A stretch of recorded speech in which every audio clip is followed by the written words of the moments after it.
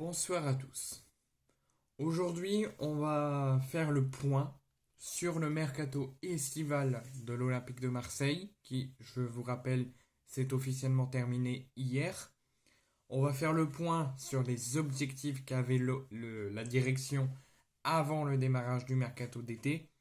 On va faire le point sur les arrivées et sur les départs lors de ce mercato d'été. Donc à la fin de la saison dernière, juste à quelques semaines du démarrage de la nouvelle saison, l'OM allait jouer les tours préliminaires de Ligue des Champions, donc contre le Pana et si ça passait contre Braga.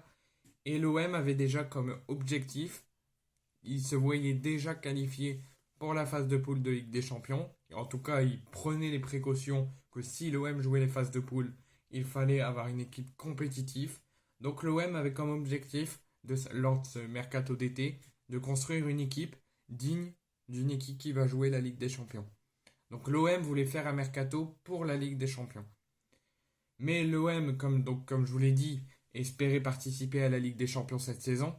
Mais malheureusement, malgré qu'ils ont recruté des joueurs confirmés cet été et des joueurs avec beaucoup d'expérience dans le monde du football, qui pourraient faire énormément de bien en Ligue des Champions, ça n'a malheureusement pas suffi, même avec l'élimination en tour préliminaire de Ligue des Champions contre les Grecs du Panathinaikos en match aller-retour. Donc, mais malgré ça, le club reste optimiste et malgré qu'ils ont construit une équipe et un mercato digne de la Ligue des Champions, l'OM va essayer de faire une bonne figure en Europa League avec ses grandes recrues d'expérience qui auraient pu faire énormément de bien en Ligue des Champions. Donc on va faire le point sur tous les arrivées de l'OM lors de ce mercato d'été. Donc l'OM a démarré le mercato d'été par l'arrivée pour 8 millions d'euros du milieu de terrain Geoffrey Kondogbia en provenance de l'Atlético Madrid. Ensuite, l'OM a recruté, je vous dis tous les recrues et après je vous fais mon avis. L'OM a ensuite recruté l'enfant prodige de l'Olympique de Marseille et de la ville en elle-même, lui qui avait son rêve pendant toute son existence de jouer au moins une fois dans son club de cœur. C'est ce que l'OM a fait réussir à réaliser son rêve. Pour 17 millions d'euros, l'OM a poursuivi, après l'arrivée de Kondogbia, a poursuivi son mercato avec l'arrivée d'Iliman Ndiaye. Ensuite, l'OM, pour 13 millions d'euros, a recruté un deuxième joueur de l'Atlético Madrid, Reynald Lodi, âgé de 25 ans. L'OM a ensuite recruté Pierre-Emerick Aubameyang, qui lui va apporter beaucoup d'expérience en attaque. Et l'OM l'a recruté à Chelsea, qui ne le voulait plus, qui ne comptait plus sur lui cette saison. Donc l'OM l'a recruté en transfert gratuit. L'OM n'a donné aucune indemnité de transfert. Chelsea n'en a demandé aucune. Donc Aubameyang est arrivé libre de tout contrat, libre, gratuit à l'OM. Ensuite, l'OM ne s'est pas arrêté là, avec l'arrivée d'Ismaïla Sarr en provenance de Watford pour 13 millions d'euros. L'OM, avant de continuer de recruter en transfert les joueurs, l'OM a pu faire revenir pour environ maxi 2 millions d'euros, soit précisément 1,5 million d'euros pour le gardien espagnol Ruben Blanco, qui était en fin de prix à la fin de la saison passée sous Igor Tudor. Il était retourné au Celta Vigo et que le Celta Vigo a autorisé l'OM à donner 2 millions d'euros et à le faire revenir dans son effectif. Donc ensuite, l'OM a pu terminer son mercato avec l'arrivée en provenance de l'Inter Milan qui a pu permettre à Alexis Sanchez de trouver un club et de faire son retour à l'Inter. Donc Joaquin Correa n'est pas venu en transfert sec, mais est venu en prêt de 2 millions d'euros avec une option d'achat en fin de saison de 10 millions d'euros si l'OM se qualifie pour la phase de poule de Ligue des Champions. Donc si l'OM se qualifie à la fin de la saison pour la Ligue des Champions la saison prochaine, l'option d'achat de 10 millions d'euros pourra être levée et Correa sera olympien définitivement. Ensuite, l'OM a clôturé hier son mercato, enfin en tout cas vendredi après le match contre Nantes.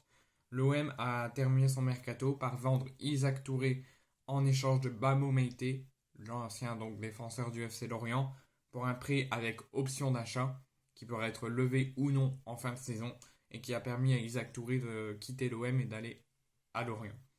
Et ensuite, donc au niveau des arrivées, c'est terminé. L'OM a recruté 9 joueurs. Et l'OM, au niveau des retours de prêt, l'OM a fait son retour de prêt de Ruben Blanco, de Pape Gueye, d'Isaac Touré, de Jordan Amavi et de Salim Benseghir. Donc Ruben Blanco, transfert définitif à l'OM. Mais pour Pape Gueye, il était en prêt de 1 an à Séville. Il est resté que 6 mois. Mais selon les dires du président olympien, Pape Gueye a progressé.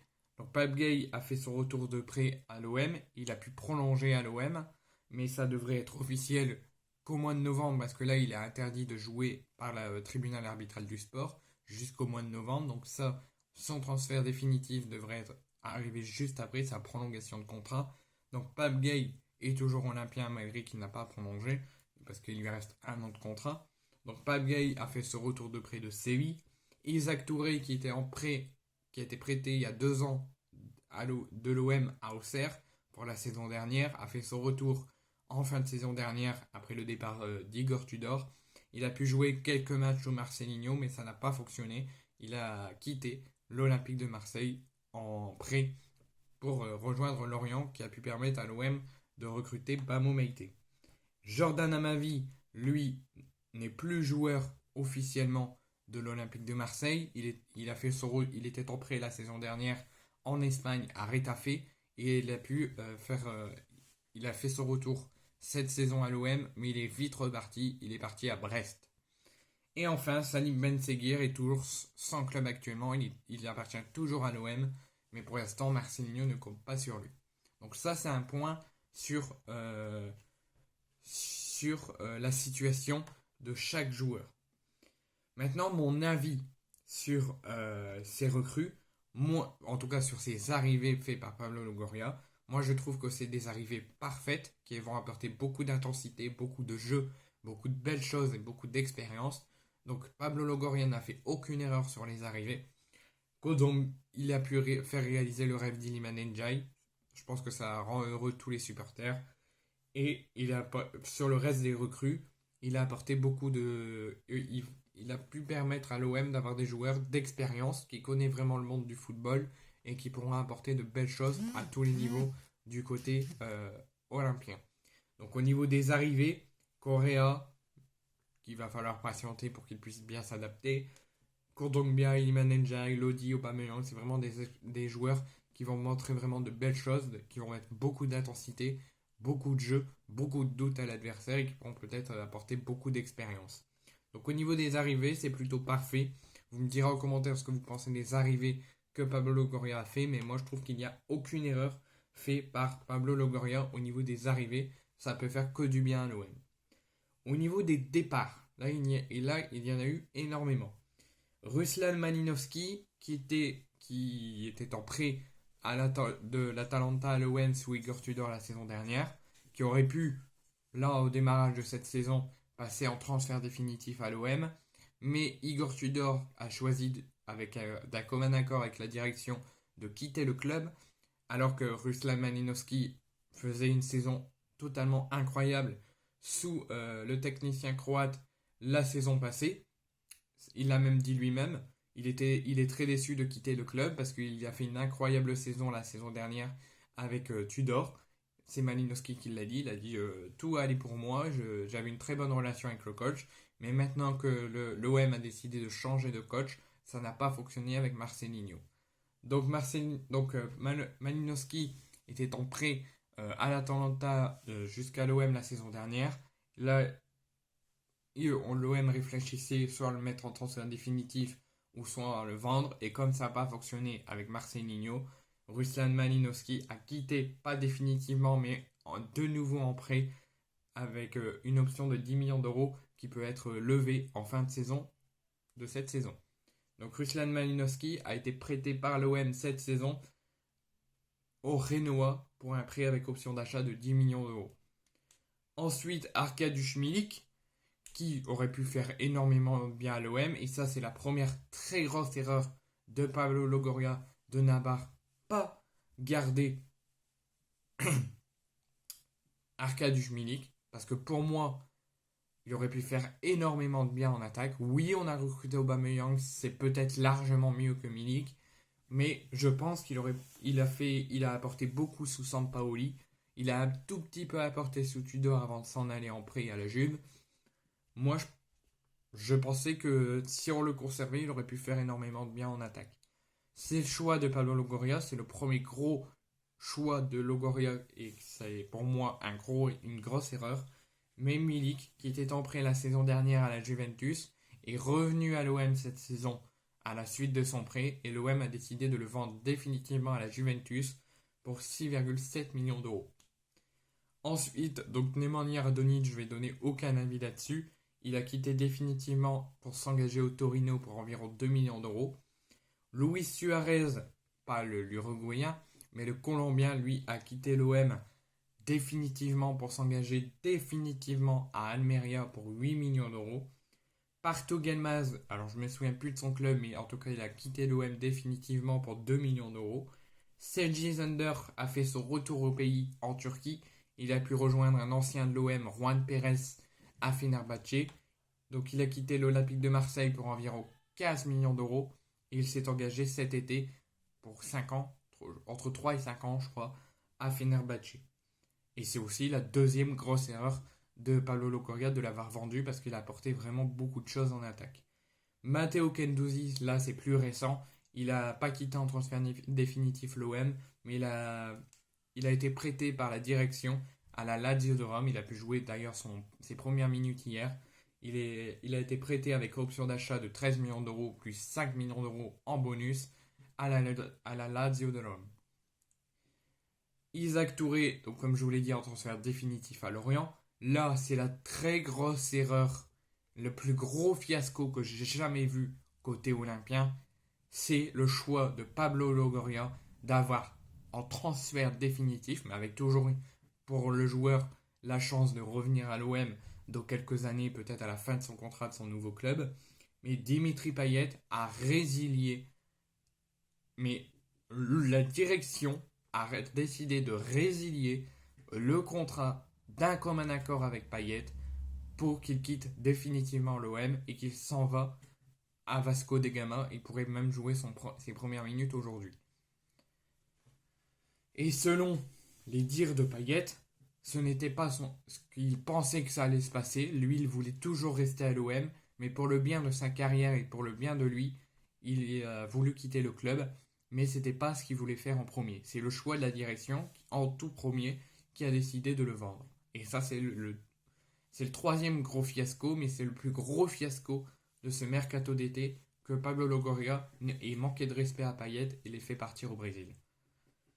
Ensuite, encore une grosse erreur, Alexis Sanchez, lui, il nous l'a affirmé, son premier choix c'était de rester et de prolonger son aventure à l'Olympique de Marseille, que tout ce que il ne voulait pas exagérer sur le salaire, tout ça. Son premier choix c'était de ne pas quitter l'OM et de rester une ou voire plus de saisons, mais le premier choix de Longoria, il n'a pas écouté le choix de Sanchez de rester. Il a voulu, dès l'entame des négociations, de le vendre. Donc, il était en fin de contrat le 30 juin dernier, plusieurs mois sans nouvelles, et finalement, on nous annonce que lui, il voulait rester, mais pas la direction. Donc, Strootman, lui, est parti. Kolasinac a été transféré à l'Atalanta. Conrad a été prêté à Elche. Paul Lirola va être prêté également. Eric Bailly et Nuno Tavares sont retournés en prêt à Manchester United et à Arsenal. Donc moi, comment je qualifierais le mercato d'été de l'OM? Au niveau des arrivées, je dirais que c'est excellent. L'OM a fait un super mercato au niveau des arrivées, beaucoup d'expérience, beaucoup d'excellents joueurs qui ont énormément de talent, qui je suis sûr vont faire énormément de bien à l'OM. Donc j'ai rien à dire à Pablo Longoria et à la direction pour les arrivées, mais pour les départs, c'est le premier mercato où je suis totalement insatisfait des départs et des choix du fonctionnement de la direction cet été. Vous me direz en commentaire ce que vous pensez du mercato actuel de l'OM, d'avoir pris Marcelinho, les arrivées, les départs, mais dites-moi qu'est-ce qui vous plaît le plus? Comment vous qualifierez le mercato d'été de l'OM? Qu'est-ce que vous pensez des arrivées et des départs? Est-ce que vous êtes d'accord avec moi que l'OM a très bien géré le niveau des arrivées, que l'OM a fait l'un des plus beaux arrivées de ce mercato? Mais dites-moi, qu'est-ce que vous pensez des départs? Moi, l'OM, pour moi, a fait un très mauvais mercato au niveau des départs. L'OM a manqué de respect à beaucoup de joueurs qui ont beaucoup apporté à l'OM et qui méritaient plus de respect. Et il y a de très mauvais choix que l'OM a vendus comme joueurs qui pourraient encore faire du bien à l'OM à ce moment-là où je vous parle. Donc c'est un mercato totalement fou, totalement dingue. Mais l'OM aurait dû mieux gérer les départs comme ils ont très bien géré les arrivées.